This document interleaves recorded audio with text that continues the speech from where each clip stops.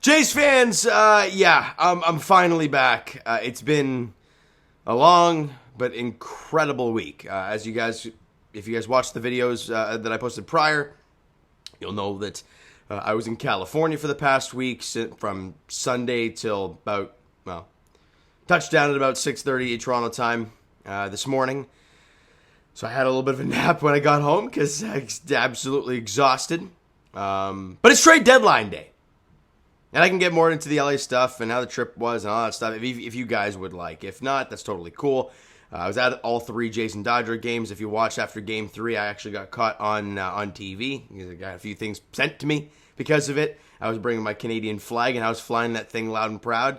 It was a lot of fun. But I can get into that stuff more at a later date if you guys would be interested in that. If not, then that's totally fine, so that I can break this down for you. Let's get to it, all right? Paul De Jong is a Toronto Blue Jay.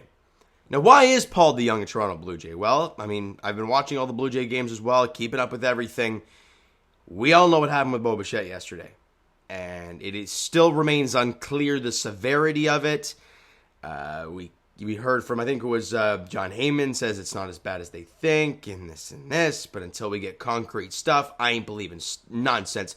Paul De Jong is your security blanket for if Bo Bichette is out for longer term.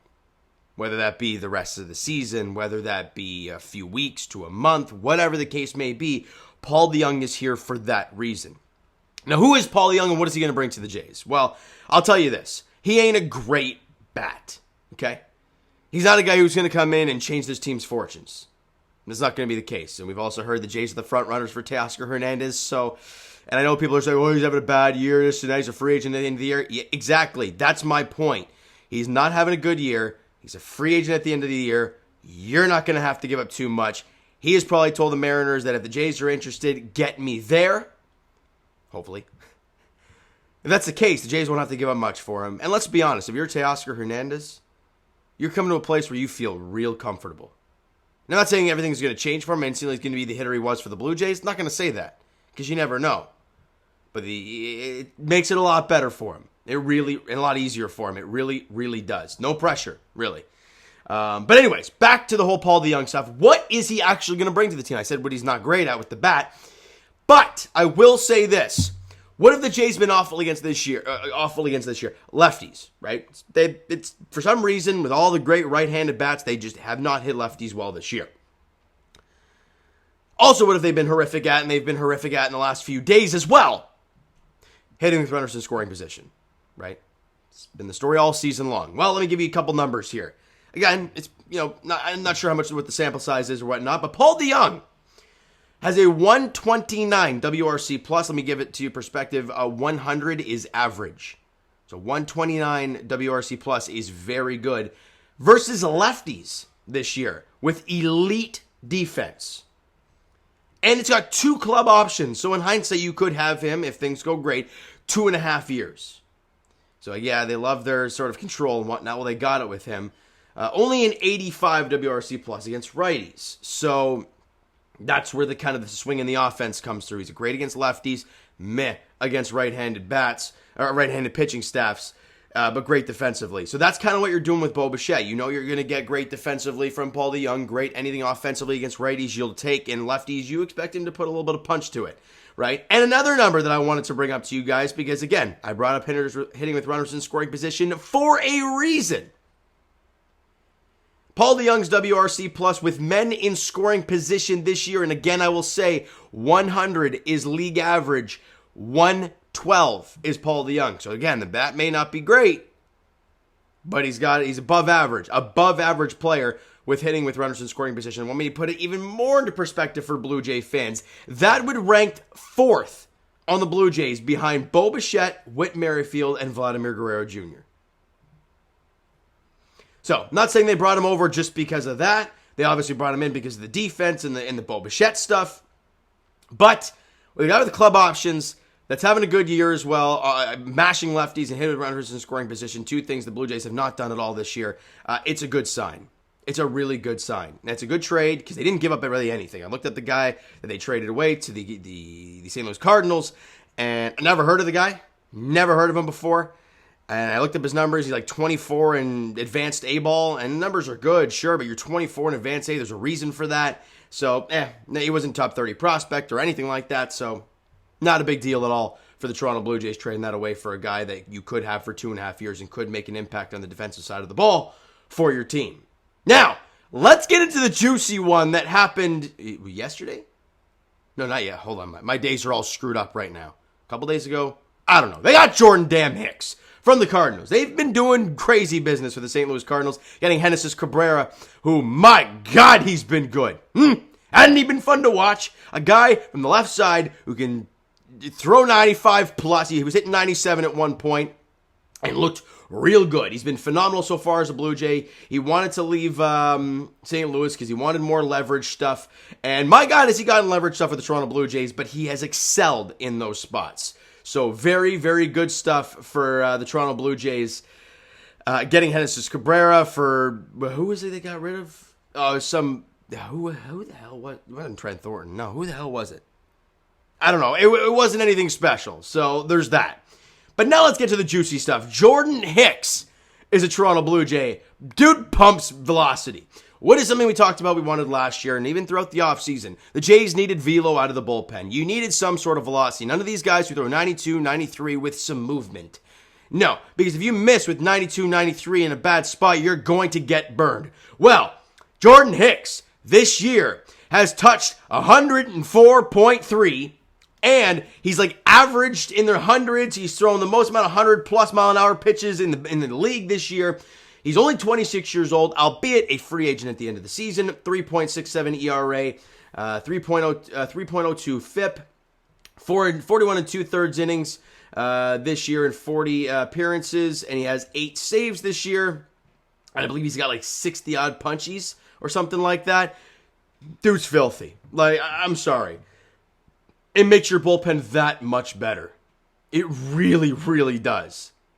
He's an incredible bullpen arm, and with Romano on the shelf right now, you don't know how much longer he's going to need with the back, but now when you bring in a guy like Jordan Hicks, and you finally flip in DFA Mitch White, took long enough. Took him going into Dodger Stadium when I was there and walking it up. I mean, we all knew it was over when that happened, right? It was embarrassing of a game in itself. You kind of saw it coming. I said to myself, because I had my Canadian flag with me, I'm like, okay, 2 out, nobody on in the 9th. I'm pulling out the flag. And that was impossible for Eric Swanson and the defense because they were horrific in that inning. And then watching Mitch White go out there in the next half inning, and you're like, yeah, this is over. Like, I don't even need to look at we could walk out of the place. It's over, done, and it was over. And Mitch White finally gets DFA'd. And thank God it's done. He's kaput. See you never. Right? Thank goodness.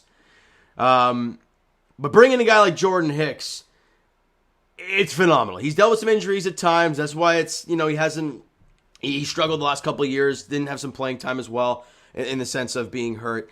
And then the consistency wasn't there. The one problem you have with Hicks at times, he can lose the strike zone a little bit. When your stuff is that good, though, you're going to get swing and miss. So there's that side of things.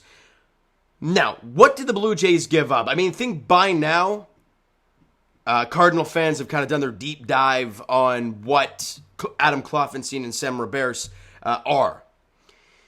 Well, I'm going to give you my perspective. I have a soft spot for Adam Kloffenstein. Obviously, when the Jays were pitiful in those 18 and 19 years, I believe that was the year one of those years was the year he was drafted, and I was zoned in on those guys. And then throughout their minor league career and whatnot. So Adam Kloffenstein, I'll give you a breakdown. He won, I believe it was Pitcher of the Year in Vancouver in Advanced A. Couple of years, maybe 2019 or was it pre-COVID, something like that.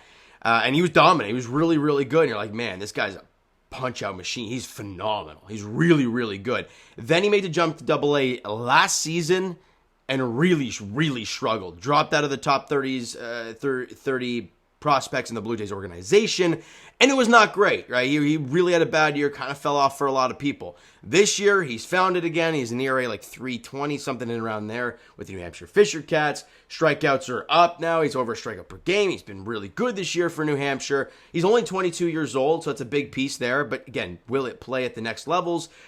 Only time will tell for Adam Kloffenstein, but I actually had a chance to talk to him on Blue Jays Center back when he was a younger guy.